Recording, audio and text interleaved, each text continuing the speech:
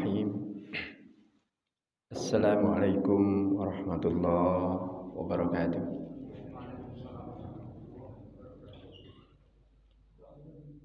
Alhamdulillahirabbil alamin wassalatu wassalamu ala asyrofil anbiya'i wal mursalin wa ala alihi wa ashabihi ajma'in.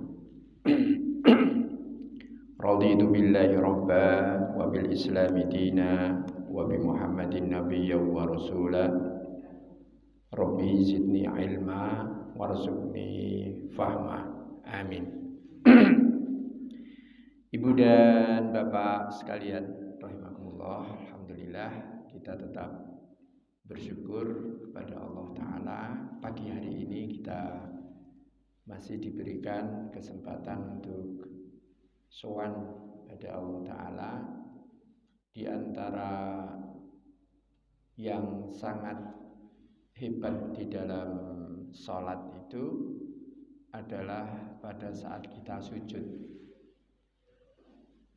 Di sana Rasulullah Shallallahu Alaihi Wasallam pernah bersabda, Inna aqraba ma yakunu bihil abdu mir rabbihi wa huwa sajidun. Sedekat-dekat jarak seseorang hamba kepada Tuhannya, yaitu pada saat dia bersujud. Fa'aksiru doa, maka perbanyaklah doa ketika bersujud. Pada saat itu apa yang kita pikirkan? Pada saat kita bersujud itu apa yang kita bayangkan, yang kita pikirkan? Saya pernah membaca bahwa silakan dibayangkan ketika kita di mahsyar. Kemudian di surah Fatihah itu ada Maliki Yaumiddin. Ini petunjuk teknis betul. Maliki Yaumiddin. Dialah Allah yang merajai hari pembalasan. Din itu adalah pembalasan. Jadi terbayang enggak ketika Sultan Agung Raja Mataram Islam itu menjadi raja, itu para kawula alit itu pada dingkluk sujud bahkan delosor gitu kan. Jadi pantas-pantasnya kita ini delosor yaitu pada saat kita sujud. Maka yang disebut dengan ihsan antara lain disebutkan di dalam hadis ka'annaka tarahu, seolah-olah kamu itu melihatnya, melihat Allah. Jadi ketika kita sujud itu boleh kita bayangkan bahwa kita itu betul-betul sedang berhadapan dengan Allah. Kemudian Allah itu di atas arsy, di atas singgasananya, kemudian kita ndelongsor gitu sepenuhnya gitu. Baik ngimami atau makmum, itu jika perasaan kita itu seperti itu, kita bisa membangun perasaan seperti itu, sungguh-sungguh bahwa di hadapan kita itu ada Allah Subhanahu wa Ta'ala, maka akan banyak menolong kekhusyuan. Kita akan merasa lebih gitu ya.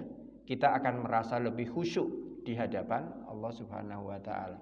Jangankan kepada Allah, lawang kepada Raja Mataram saja bisa seperti itu, gitu kan. Kawula alit berhadapan dengan raja, itu seperti itu. Gitu. Maka ibu dan bapak sekalian, rasa-rasa seperti itu, penghayatan-penghayatan seperti itu barangkali perlu juga untuk kita bangun ya. Mungkin kita lalu perlu ngaji apa? Ngaji tafsir. Tapi tafsir sholat. Ini kira-kira masih dibutuhkan enggak ya? Tafsir salat gitu ya. Karena apa? Karena awwalu ma yuhasabu bihil abdu yaumal qiyamah as-shalah. Yang pertama kali akan dihitung itu adalah salatnya. Wa in saluhat saluha sairu amalihi. Kalau salatnya itu benar, maka seluruh amal perbuatan seseorang itu akan menjadi benar gitu kan. Wa in fasadat sairu amalihi. Kalau salat itu rusak, maka pasti rusak pekerjaan yang lain. Sebaliknya, pemahaman kita bagaimana kalau ada melihat orang yang perbuatannya itu mosak masik, itu pasti sholatnya ora genah. Itu sudah pasti, Pak. Ya, kita tidak peduli apa dia profesor, doktor, kiai haji atau enggak gitu kan. Tapi kalau amal perbuatannya itu seperti itu, ya sudah, itu pasti, Pak. Pasti sholatnya rusak gitu kan. Jadi kebijakannya misalnya ya, membuat kebijaksananya justru menyengsarakan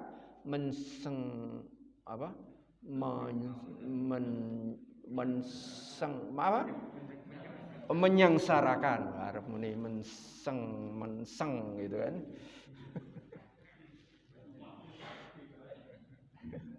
Saya nggak tiru-tiru loh ini. Menseng gitu kan. Baik. Kalau kebijaksanaannya itu menyengsarakan umat, saya tidak tahu itu sholatnya seperti apa. Karena janji Rasulullah adalah fa'in soluhat, kalau sholat itu benar, maka pasti akan benar seluruh amal perbuatannya. Itu logika, ya, algoritma ibadah, algoritma sholat di dalam apa yang diajarkan oleh Rasulullah Shallallahu Alaihi Wasallam. Jadi Ibu dan Bapak sekalian, ini tampaknya jadi perlu ini ya, setiap subuh Sabtu subuh ini kita ngaji lagi tafsir, tapi tafsir sholat. Baik, mudah-mudahan nanti bisa kita mulai depan lah. Mungkin nanti dari takbiratul ihram, kemudian kenapa pakai kabiro, ya kan? Kenapa pakai Allahumma ba'id, gitu kan? Supaya apa? Supaya kita mudeng, gitu kan? Orang itu kalau mudeng kepenak, Pak. Jadi mengapa kok kita ini suka bengkenengan, ya kan? Udur, gitu. Kenapa? Sebab kita nggak ngerti dalil orang lain. Kalau kita ngerti dalil orang lain, kita akan tenang gitu. Ya sebaliknya orang lain nggak kenal dalil kita, gitu kan. Sudah pokoknya sing orang go Allahumma ba'id bid'ah, gitu kan. Itu bahaya itu bahaya. Boleh enggak kita pakai kabiro? Boleh. Misalnya nanti di dalam tasbih kita apa? Subhanakallahumma rabbana wa bihamdika Allahumma gfirli. Kapan itu dibaca oleh Rasulullah? Yaitu sesudah turun surat Idza Jaa Nasrullah. Jadi sejak Kanjeng Nabi itu di Madinah, sesudah tahun ke-8.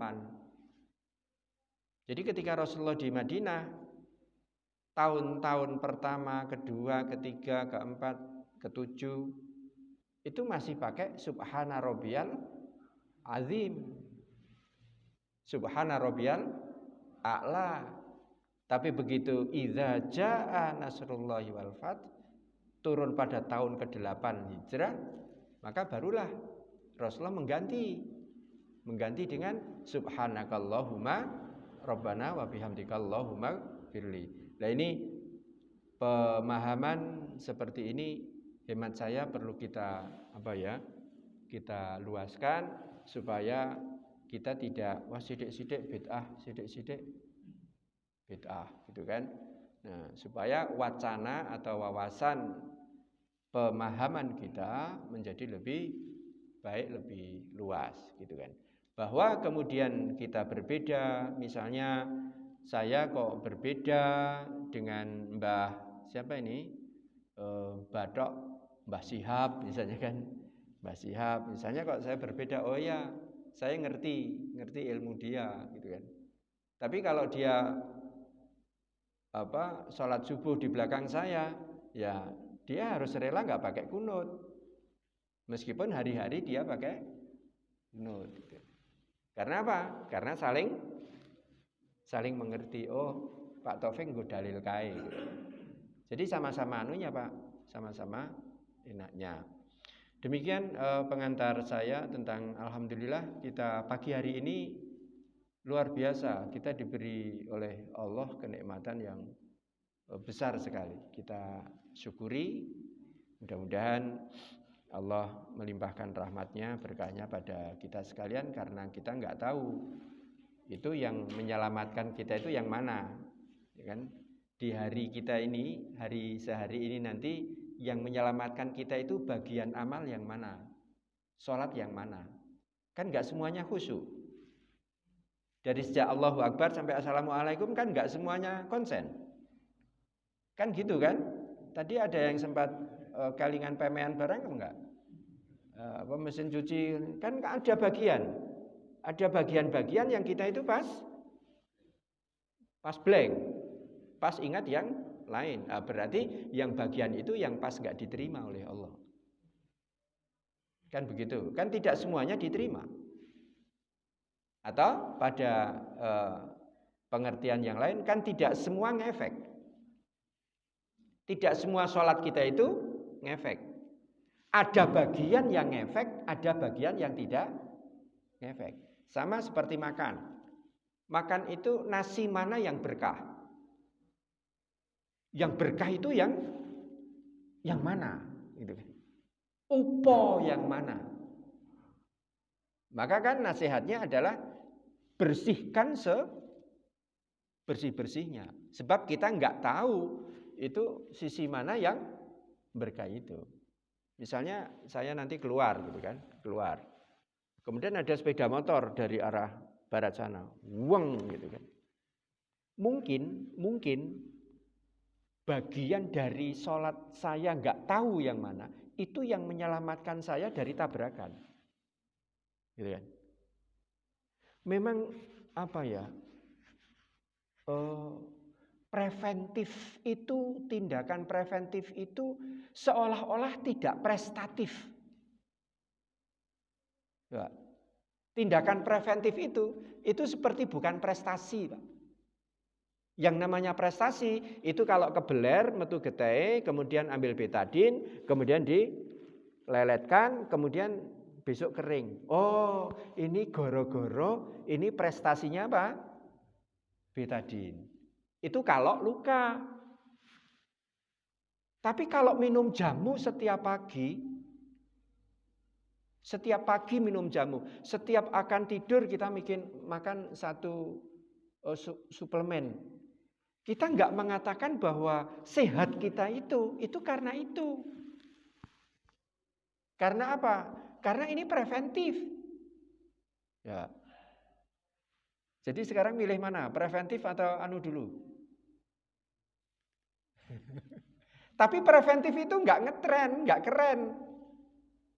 Sebab dianggap bukan prestasi. Prestasinya di mana itu nggak kelihatan. Baik. Ini antara lain apa ya? Tafsir sholat itu antara lain seperti ini. Seolah-olah itu ya biasa-biasa saja. Wong yo pancen biasa-biasa saja kok. Gitu kan? Jadi kalau setir mobil kemudian keluar ke jalan, kemudian ada sepeda motor lewat, buang banter, nggak apa-apa, iya aja ya nggak apa-apa, wong saya ngerem kok. Tapi mungkin terjadi enggak, kemudian tiba-tiba misalnya rem itu ceplos, kemudian berantem tabrakan, mungkin enggak? Mungkin, tetapi Allah mencegah itu terjadi. Kenapa? Karena tadi kamu sujud. Kan susah nih Pak. Susah kita memahami hal-hal yang seperti ini. Maka yang disebut taat itu akan menghasilkan apa? La'allakum turhamun. Jadi ketaatan itu selalu akan menghasilkan rahmat. Atiullah wa atiur rasul la'allakum turhamun. Taatlah Allah, taatlah Rasul, supaya kamu mendapatkan rahmat. Itu bagian yang mana?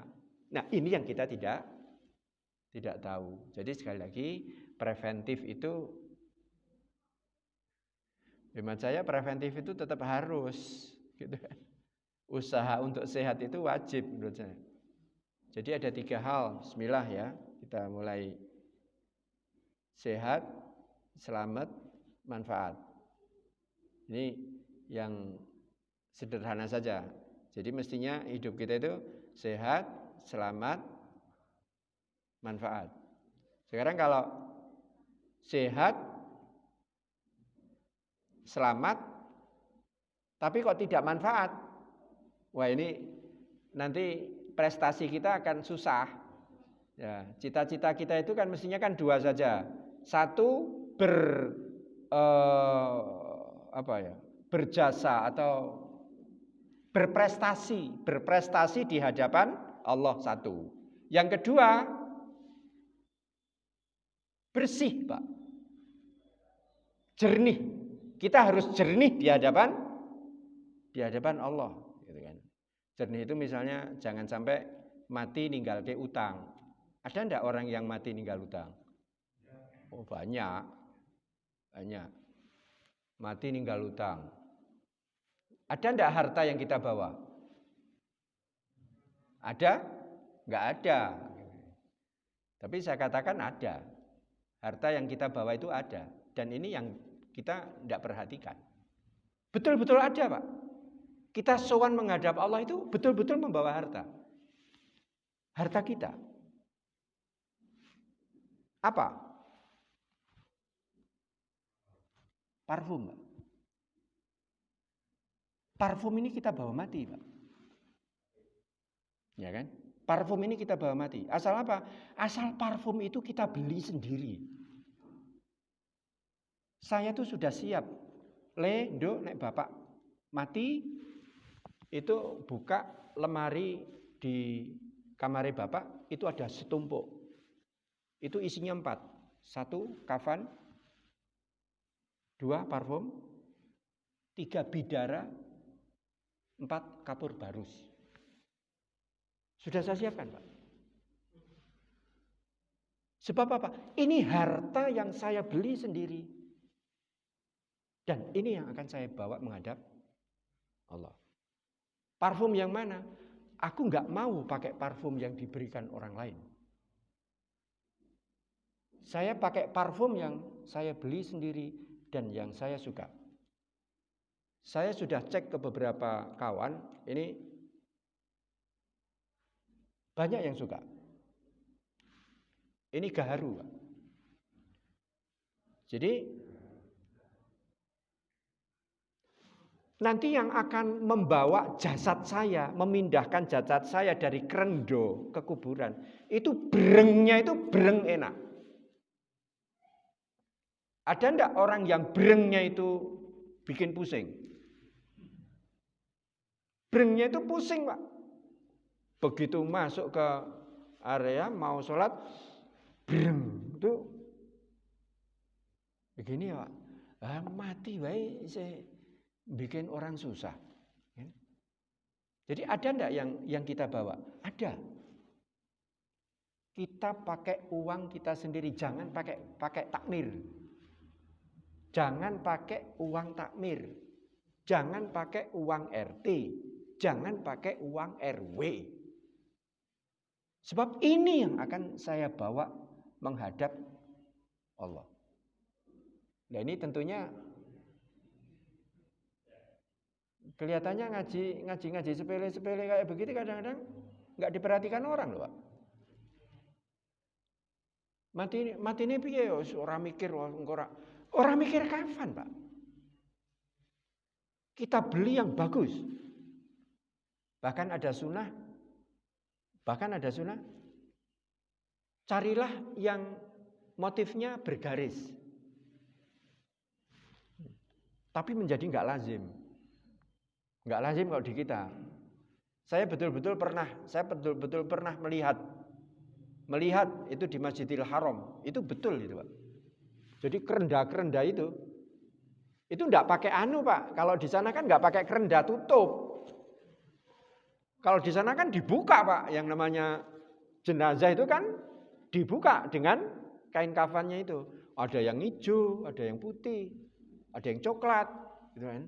Ada yang lorek-lorek. Nah, yang lorek-lorek itu yang nyunah, gitu kan. Nah, kenapa kok pakai sendiri? Ada satu riwayat. Ini riwayat di zaman sahabat, ya. Ketika perang Uhud, itu Hamzah, paman Rasulullah Shallallahu Alaihi Wasallam, paman Rasulullah itu tercapek-capek, sudah, meninggal, wafat. Dalam keadaan wafat itu, ada seorang wanita. Ini kemudian tiba-tiba dia ngambil pedang, itu dibelah, Pak. Dada itu dibelah. Dalam keadaan sudah wafat. Diambil jantungnya, kemudian dimakan. Itu saking dendamnya kepada Hamzah ini. Namanya Hindun. Nah, ini maka nek duwe anak wedok aja dijenengi Hindun ini. Nek sing wis kebanjur piye ya wis. Apa gawe anu neh, gawe napa? Bubur. Bancaan meneh. Yang penting bukan itu. Ketika badan tercapek-capek seperti itu, kemudian ada sahabat yang bertanya, "Wahai Rasulullah, ini bagaimana ini? Ini dibungkus pakai kain kafan yang mana?" Rasulullah mengatakan, itu seset burdahnya. Burdah itu kemul. Kalau ibu-ibu fasmina ya, burdah itu, seset itu kemulnya. Itu yang untuk kain kafan. Jadi kain kafan itu pemahamannya bagaimana? Kain kafan itu ya kita sendiri yang siapkan. Yang milik kita. Yang kita cari pakai uang kita gitu. Nah, inilah yang akan kita bawa menghadap kepada Allah. Itu harta yang akan kita bawa. Jadi 4, Bu ya. 4. Kain kafan untuk ibu-ibu itu 5 lembar. Untuk ibu-ibu siapkan 5 lembar. Atau ada yang mau pakai punya saya? Kalau ada yang pakai punya saya, besok hari Sabtu saya bawanya ke sini kalau mau pakai. Tak. Lah ya enggak, maksudnya kalau mau pakai gitu loh. Kalau mau pakai dulu gitu maksud saya gitu. Enggak, kalau mau pakai dulu gitu maksudnya. Laki-laki 3 lembar. Perempuan 5 lembar. Meskipun ada beda pendapat di sini. 5 lembar itu apa termasuk kerudung dan penutup dada atau enggak gitu kan. Ada yang mengatakan itu termasuk penutup dada. Jadi kepala penutup dada itu sudah 2, kemudian dibungkus 3 lapis. Itu aja. Jadi monggo lah Ibu dan Bapak sekalian, ini enggak tahu kok tiba-tiba saya ingat ini ya. Kok mengalir gitu aja kok tiba-tiba ingat ini. Karena apa? Kita memang harus berhadapan dengan Allah itu dalam keadaan jernih, Pak. Jernih. Jangan ninggal utang, kalau bisa itu jangan, ya memang harus bisa. Jangan meninggal penganiayaan tanpa meminta maaf. Maka saya nggak bisa membayangkan orang yang mati itu salah pada satu orang saja, itu bisa kacau di sana, Pak. Bisa kacau di sana, Pak. Salah kepada satu orang ini tidak memaafkan. Wah, itu kacau itu. Itu kacau betul. Apalagi salah pada jutaan orang. Waduh, ngeri itu. Ngeri. Besok koyo opo sok nerakane teng mriku niku. Apalagi dosanya itu dosa warisan. Dosa yang diwariskan kepada anak turun, gitu kan. Ibu bapak membayangkan ada dosa warisan orang yang membuat kartu remi pertama enggak? bikin kartu remi pertama kali itu kira-kira dosanya masih terus enggak? Terus, Pak. Gitu. Jadi cita-cita yang betul adalah satu, kita punya prestasi di hadapan Allah. Ini saya membuat catatan ini. Betapa banyak cita-cita manusia yang justru kian menjauhkan, Pak. Ada enggak keinginan kita ini yang justru semakin menjauhkan? Menjauhkan dari mana? Dari keselamatan akhirat. Cita-cita kebanyakan orang ini justru menjauhkan dari akhirat. Lihat aja. Maka ini perlu untuk kita arahkan kepada anak-anak kita. Ini tadi saya barusan matur sama Pak Dar gitu.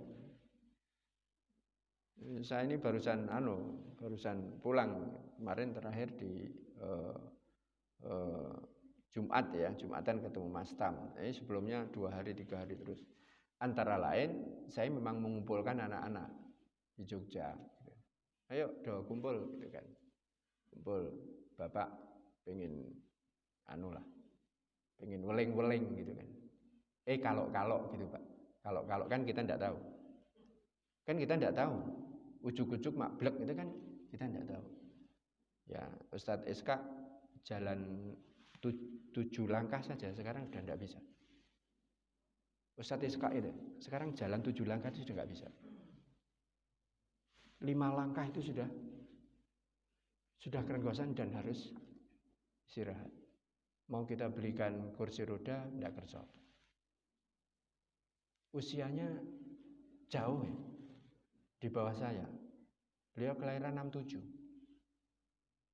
Saya kelahiran 60. Jadi selisih 7 tahun. Kan kita enggak tahu.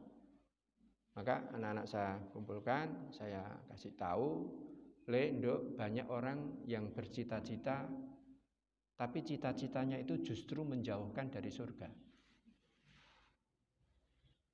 Banyak anak-anak, apalagi milenialan ini, cita-citanya apa? Cita-citanya punya ini, punya itu, punya ini, punya itu, gitu kan? Berjuang mati-matian. Tapi untuk apa? Untuk jauh. Jadi semakin jauh. Gitu. Pulang dari Palbapang, Bali Muslimin, kemudian saya sarapan di Soto Kuali. Saya tanya, Mas Manto, Heda anak, Heda kok ora ketok? Oh nggih, Tat. Nggih, ning ndi gitu. Terus agak lama baru dia ngomong, ajeng dados nganten Tat nyuwun nyuwun dongane. Entuk endi? Asal Jawa Timur. Kok Jawa Timur kok adoh men? Dados kerabatik pondok Ngabar, Wali Songo Ngabar. Saya itu dalam hati saya gitu. Alhamdulillah. Swargane cetok. Sekarang kalau orang hidup dipek mantu keluarga pondok, kemudian hidup di dalam pesantren, hari-hari ngurusi santri. Meskipun secara duniawi yang namanya ngurus pesantren ya kayak gitu, itulah standarnya.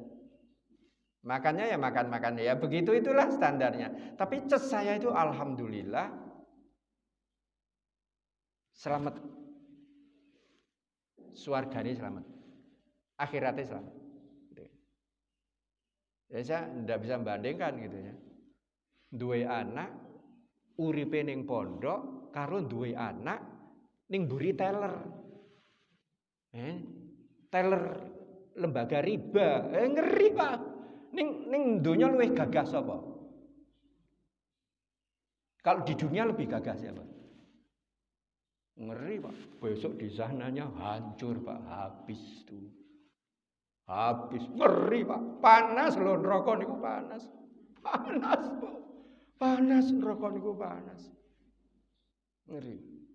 Jadi cita-cita yang benar adalah satu, berjasa atau punya prestasi di hadapan Allah. Dua, jernih, bersih. Nah, baik. Ini semua saya dasarkan kepada ayat Allah Ta'ala. Ini bukan sindiran, tetapi memang Allah mengatakan ini. Walau syi'na la rafa'nahu biha. Kalau saja kami mau, la rafa'nahu, pasti kami angkat dia. Biha, maksud ha ini adalah dengan ayat-ayat Allah, dengan kitab Allah. Jadi Allah itu bisa saja berkenan. Kalau Allah itu berkenan, itu semua manusia itu akan dia angkat derajatnya. Allah akan angkat derajatnya dengan apa? Biha, dengan ayat-ayat Allah, dengan Al-Quran.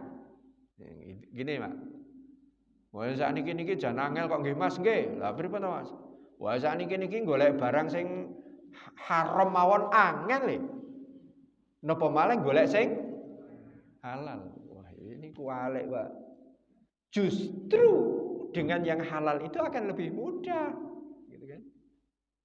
Inilah janji Allah, walau syi'na la rafa'nahu biha, walakinnahu, akan tetapi akhlada ilal ardi. Akan tetapi orang itu akhlada, dia akan mengabadikan ilal ardi, ke bumi ini, ke dunia ini. Diyakini bahwa yang namanya bumi ini apa? Yang namanya bumi ini abadi, akhlada. OBL itu dulu ada berapa base-nya? Dulu ketika rintisan pertama dulu, saya kanak-kanak itu, dulu ada berapa? Sekarang kemudian ada berapa? Lalu sekarang ini bagaimana nasibnya, gitu kan? Dikiranya bahwa itu akan mengabadikannya. Akhlada ilal ardi wattaba'a hawahu, kemudian orang itu mengikuti apa? Mengikuti hawa nafsunya itu. Keinginannya ini. Tetapi untuk menjauhkan dari akhirat. Jadi cita-citanya malah menjauhkan dari akhirat. Sekarang, bagaimana supaya kita, ini hadis, supaya kita itu safe semuanya. Ada 3 hal yang dinyatakan oleh hadis Rasulullah Shallallahu Alaihi Wasallam, ini akan menjadi safe, akan menjadi selamat. Manakala apa? 1, memperjuangkan harta untuk dijariahkan. Wah, sip ini. Harta itu untuk apa? Harta itu untuk dijariahkan. Jadi kalau selama hidup kita kok nggak pernah punya jariah, itu mengerikan, Pak. Mengerikan. Orang ketang 100.000.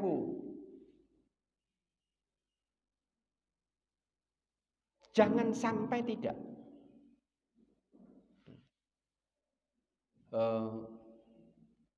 Yai Yarkasi itu mewakafkan tanahnya itu 6 hektar. 6 hektar diwakafkan. Ini dari sisi harta. Kemudian ketika bicara ilmu itu ditular ajarkan.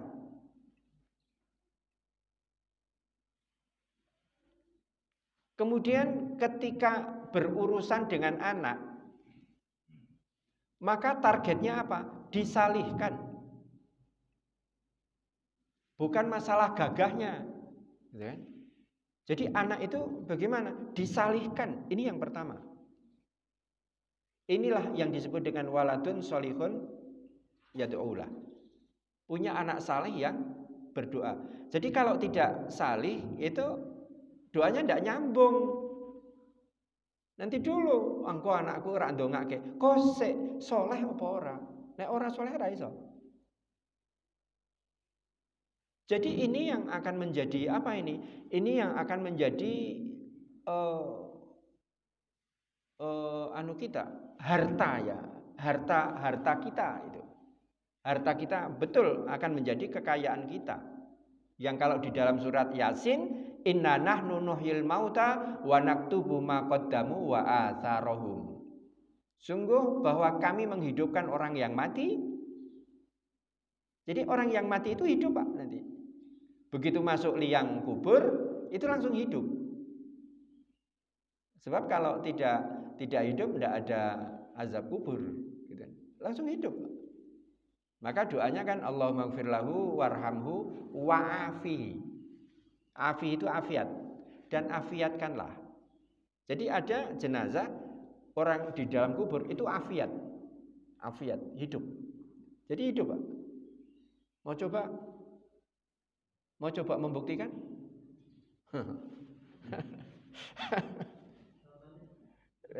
Nanti insya Allah nanti kalau sudah dikubur nanti kita akan ingat. Oh iya ya, biar tahu ngaji bareng ya. So akan ingat, Pak. Ingat, Pak. Silakan nanti Pak Bekti yakin so arep kelingan so nek wis ning kuburan. Gitu. Oh iya ya, jebulannya urip tenan nih, gitu kan. Ini, Pak. Mau ada yang buktikan sekarang? Wong sing ngomong ya urung siap. Ya. Wa atharahum. Athar ini apa? Athar ini bekas. Jadi yang akan dihitung oleh Allah, wa naktubu, apa yang kami catat, itu bukan hanya yang makodamu. Makodamu itu apa? Makodamu itu adalah yang dilakukan selama orang itu mampu melakukannya di dunia. Makodamu ada dua, Pak. Yang akan dicatat, diperhitungkan oleh Allah ada dua. Yaitu makodamu ini aktif, kemudian wa atharohum asar. Asar itu bekas, traces, tabet. Nah, tabet itu juga dihitung oleh Allah. Dan yang bisa besar itu malah tabet niku, Pak. Sebab tabet itu tidak akan habis. Pagi ini Buya Hamka hidup lagi. Hidupnya dari mana? Ada berapa ribu masjid di Indonesia yang membacakan kitab tafsir Buya Hamka. Meskipun Buya Hamka sudah wafat. Pagi hari ini saya mengkajikan ayat ini. Ini guru saya, Kiai Zarkasi, itu dapat. Karena bekas ilmu yang dulu pernah beliau ajarkan kepada saya. Ini yang disebut dengan athar, traces. Nah, sekarang kalau kita tidak punya athar, ini kita dapatnya dari mana? Ya makodamu aja. Apa yang aktif ketika dilakukan ketika masih hidup di dunia. Ketika mati ya sudah selesai. Kalau tidak punya asar. Maka Masya Allah kalau saya ini membayangkan Kiai Zarkasi ini tiga-tiganya dapat semua. Hartanya itu dari 6 hektar itu diwakafkan. Ilmunya sampai hari ini Masya Allah itu murid-muridnya itu ribuan semebar di, bukan hanya Indonesia, itu di duta diplomat Mesir itu namanya Aji Surya, adik kelas jauh, anak kota gede itu di Mesir. Yang di Azerbaijan ini yang kemarin ya, ini juga kawan. Kemudian ada nama Unsil Habib, itu ada di Riyadh gitu. Dan ini banyak, Pak, kawan-kawan, dan itu murid-murid ilmunya main gitu kan. Bukan hanya hartanya, ilmunya main. Sudah begitu anak 11 itu putra kandung dari beliau 11 itu enggak ada yang enggak jadi. Jadi semua, Pak. Putra beliau itu 11 itu enggak ada yang enggak jadi. Jadi semua. Enggak ada yang sisa. Semua mengabdi pesantren semua. Insyaallah. Ini yang kakak kelas saya namanya Ustadz Hamid Fahmi Zarkasi. Ini dia sudah profesor sekarang. Profesor Dr. Hamid familiar kan? Hidupnya sederhana. Hidupnya sederhana karena memang hidup di pesantren, Pak. Hidup di pesantren kemana-mana ya coba pakai sepeda motor, profesor doktor, Pak. Kemana-mana pakai sepeda motor. Jadi tiga-tiganya dapat, hartanya athar, ilmunya athar. Saya ngerti bahasa Arab dari beliau. Terakhir beliau mengajar mantik. Mantik itu logika, logik. Gitu. Maka apa yang sering disampaikan oleh Rocky ya, Rocky Gerung gitu. Saya itu wah ya wong iki siji mon. Sayange siji. Sing kula sing ganjel kae Rocky niku siji ya Allah. Kadang-kadang nek dong kelingan ya tak dongake niku. Allahumma hdihi ya Allah, Allahumma hdihi ya Allah, Allahumma hdihi ya Allah. Ya Allah berikan dia hidayah. Wong dia itu ngerti Islam. Islam itu ngerti dia. Kalau saja dia ngerti Quran, wah luar biasa. Cah siji kayak gitu. Sayangi siji ya. Orang itu hidayah, belum dapat hidayah. Rocky Gerung gitu. Masya Allah itu Pak. Jadi ibu dan bapak sekalian, hartanya jadi asar, ilmunya jadi asar, anak-anaknya jadi asar. Wah ini semua Pak, sugih betul.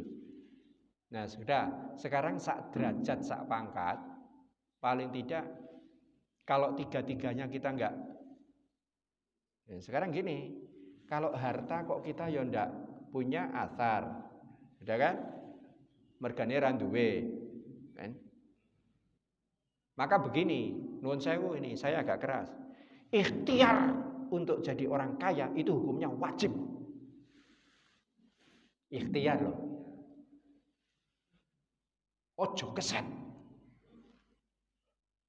Malas itu. Maaf, saya itu paling gueding karo wong malas. Malas itu saya paling jengkel. Sebab Kanjeng Nabi ki ora keset. Nabi ki nyanyo. Kenapa? Kecuali kalau sudah berusaha kok nggak bisa, itu lain soal. Itu paling genting itu, namanya wong keset gitu tuh. Saya ono wong kok keset yo, gitu. Ini Pak.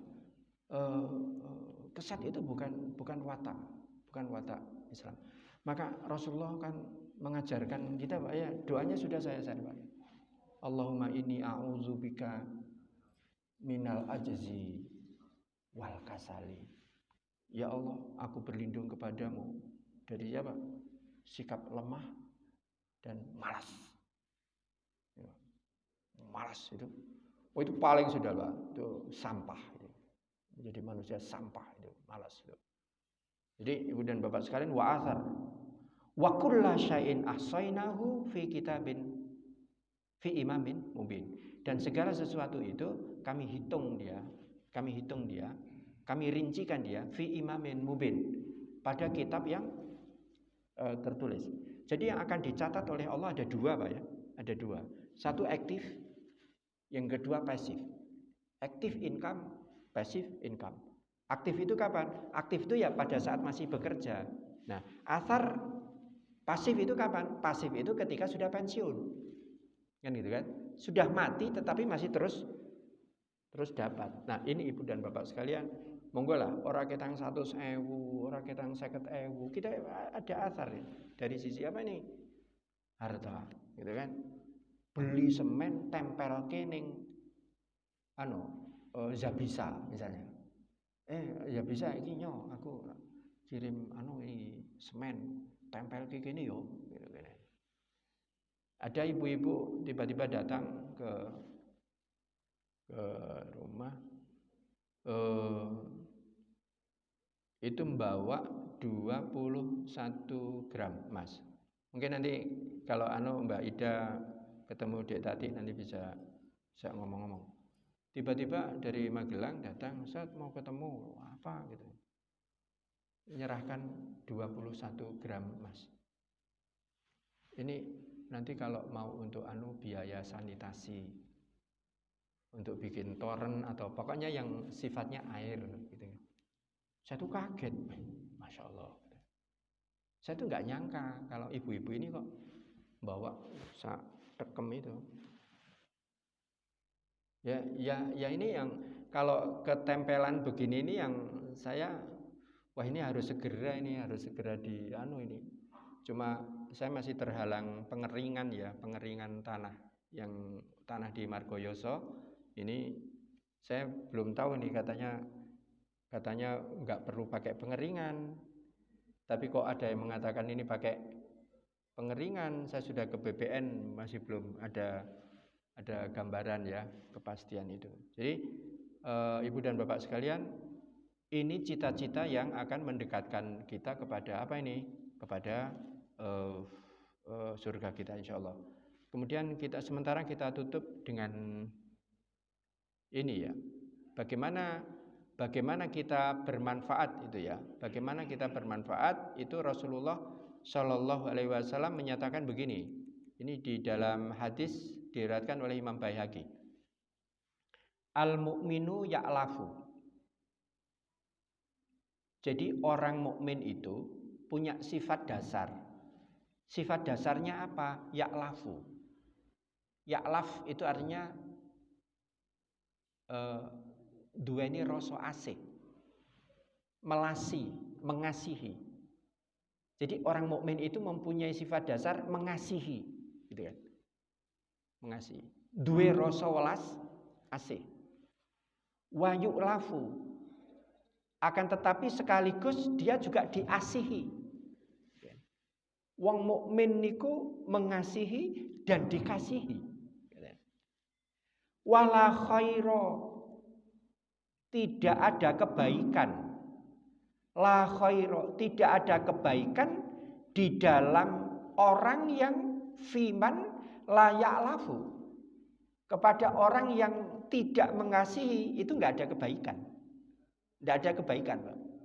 Jadi kalau ada orang kok orang duweni rasa welas asih, itu orang itu enggak ada kebaikannya. Gitu loh. Ini Rasulullah ini yang ketika ini. Ini Rasulullah. Jadi kalau rasa welas saja kok enggak ada, itu ya. Di Jetis Paraan itu ada terkenal, Pak. Terkenal orang namanya inisialnya H. Silakan nanti dicari sendiri. Itu terkenal sekali. Terkenal apa? Gobange landep. Itu kalau sudah urusan bako itu terkenal sekali, Pak. Gobange landep. Itu istilahnya itu. Cetotan diketrok. Bobot napa? Keranjang ketrok. Pokoknya apa yang bisa dipotong, potong gitu. Ini by the way pajak kita kan semakin ketak-ketok tahun ini. Pajak kita ini, listrik kita kan naik toh. Listrik naik enggak? Listrik saya naik loh. Listrik saya naik. Itu kan ketak-ketok itu, Pak. Layak laf. Ora duwe rasa welas. Ya, Pak. La khaira fi man la ya'lafu wa la yu'lafu. Nah, ini kalau la ya'lafu itu mungkin biasa. Tetapi kalau wa la yu'lafu ini enggak biasa. Tapi ada orang itu yang memang la yu'lafu, tidak mendapatkan kasih sayang orang itu sekampung. Umpamanya gitu kan. Kalau ini kelihatannya di mana? Ini kelihatannya pada saat pembagian zakat fitrah. Pada saat pembagian zakat fitrah itu ada orang itu yang numpuk, Pak. Entuk saka kene, entuk saka kene, entuk saka kene gitu. Kelihatan lagi itu pada saat opnam di rumah sakit. Oke sing tilik apa ora. Tapi ada orang yang begitu loro.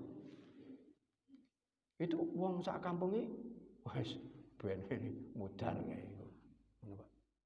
Dongake mudar wae. Jadi dongane Allahumma mudar gitu. Mudaro. Itu orang yang wala yu'lafu. Ada enggak seperti itu? Ada. Orang itu hampir enggak ada kebaikannya. Ketemu sapa wae digedhing. Ketemu sapa wae digedhing. Mas, iki kae si wong ning nggonku e. Heeh. Heeh. Njaluk piro? Kena piro, Dik? Ada, Pak. Nah, ternyata walayuk lafu, orang-orang yang layuk lafu, orang-orang yang tidak dikasihi oleh kebanyakan orang, itu saking kebangetan orang itu, gitu kan? Karena nggak ada apanya, nggak ada anunya, Pak. Ada orang yang muter, Pak, muter. Jadi sedulur-sedulur kenalannya itu Pak, disambangi siji mboko siji gitu.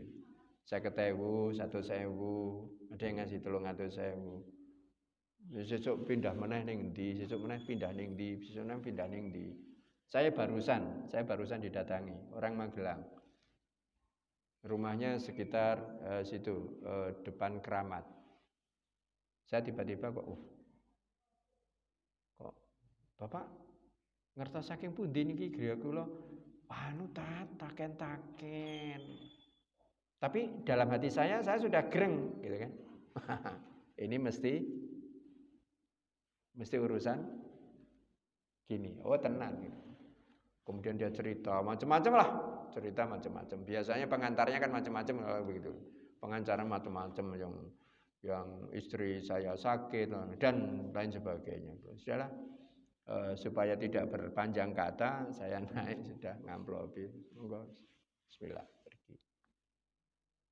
Itu ya nggak apa-apa ya, silakan aja. Udah. Rupanya begitu Sabtu Legi, saya ya untuk Sabtu Legi besok saya saya di Belabak. Mungkin saya agak cepat. Oke. Kemudian ada yang nambo. Ustaz, kula wingi didatangi enten jamaah. Oh nggih. Sinten Pak Niko. Oh. Jebulane pancen gawean iki konoan kuwi. Jadi satu-satu ini didatangi gitu. Maka Ibu dan Bapak sekalian, orang yang seperti ini layuk lafu. Orang yang seperti ini tidak akan Nah, kemudian gongnya di mana? Inilah yang dinyatakan oleh Rasulullah dan yang sering kita sudah hafal, wa khairun nasi anfa'uhum linnas. Ini kan sebenarnya ada hubungannya, Pak. Enggak begitu saja. Sebaik-baik manusia adalah orang yang paling manfaat bagi sesamanya. Itu ada intronya, gitu ya. Nah, ini intronya ini yang kita suka lepaskan. Jadi kaitannya dengan apa? Kemanfaatan itu kaitannya dengan apa? Dengan kasih sayang itu tadi, gitu kan. Maka kan Ibu dan Bapak sekalian, nanti kita coba, tapi mungkin nanti dari takbiratul ihram enggak apa-apa Pak ya. Nanti anunya ya, tafsir salatnya ya. Ini insya Allah sudah saya share saya sudah share materi ini ke Ustaz Daryono. Jadi nanti tinggal menggandakan jika dikehendaki. Dari takbiratul ihram mungkin, kemudian sujud itu maknanya apa, rukuk itu apa, kenapa kok perpindahan, ada 2 takbir, ada takbiratul ihram, ada takbirul intiqal namanya. Jadi takbirul intiqal itu perpindahan. Kenapa kok setiap ada perpindahan itu mesti harus pakai Allahu Akbar. Nek ngadeg dong pas jaya nggih Allahu Akbar. Nek gek rugi sithik rukuk niku nggih Allahu Akbar. Nek gek pas entek-entekan delongsor remuk hancur pas sujud niku nggih tetep Allahu Akbar. Nah, ini antara lain makna-makna di dalam salat. Mudah-mudahan Allah memberkahi hidup kita sekalian. Hadanallahu wa iyyakum ajmain. Assalamualaikum warahmatullahi wabarakatuh. Kita akhiri dengan kafaratil majlis. Subhanakallahumma wa bihamdika asyhadu an la ilaha illa anta astaghfiruka wa atubu ilaik.